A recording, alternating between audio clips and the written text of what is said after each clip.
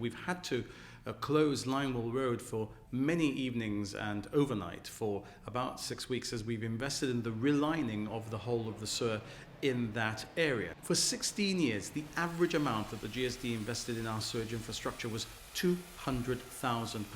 That is a lot less than I know we are constantly asked by our technical services department, by our chief technical officer. We need to invest every year when it comes to estimate time. We invest 5 times that every year since we've been elected, just shy of £1 million each year. Now, of course, we're spending more, but I'm sure that your viewers will agree that this is the sort of spending that, although invisible, although unsexy, it's essential that we spend this money. Is that £1 million on average a year, is that actually enough to ensure that we have a good functioning sewage system? Well, the fact is that we have a good and functioning sewage system, and we've done a lot of reforms that we needed to do, a lot of maintenance that we needed to do that had not been done in the period when we were not in government. So for the past 11 years, we have not just been making the investment that we need to make, we've been catching up on the 16 years of underinvestment too. As we're looking to establish the sewage treatment plant on the southernmost tip of Gibraltar, all of our runs have to work in order to get the sewage there effectively and efficiently so that when we're doing the treatment, we can do it with the availability of the sludge arriving in the right way.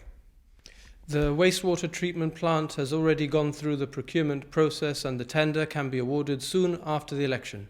2015 manifesto. Yes, indeed.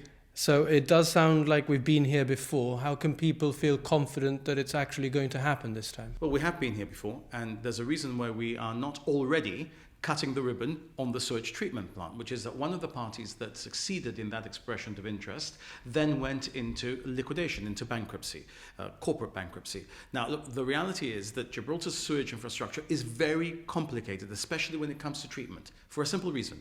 We use salt water in our sewage system. We tried and started to try to do it with their partner, which is Northumberland Water, which is the other half or the other 2/3 of Aquagib, but we were unable to do so. We were advised that we have to go out for expressions of interest, and that's why we're doing so now.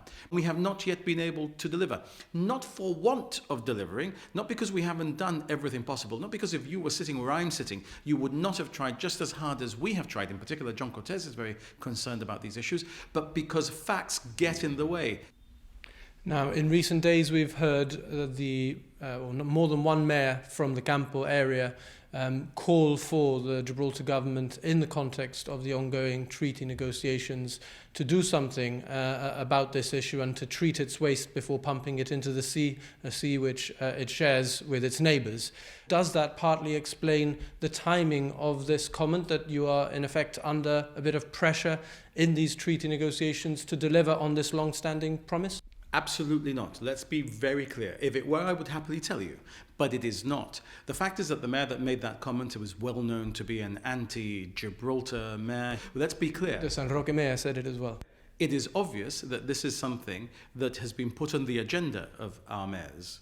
I don't know by who, and I don't know why. We are delivering against my commitment as leader of the opposition, my commitment as chief minister to achieve this. But let's be clear.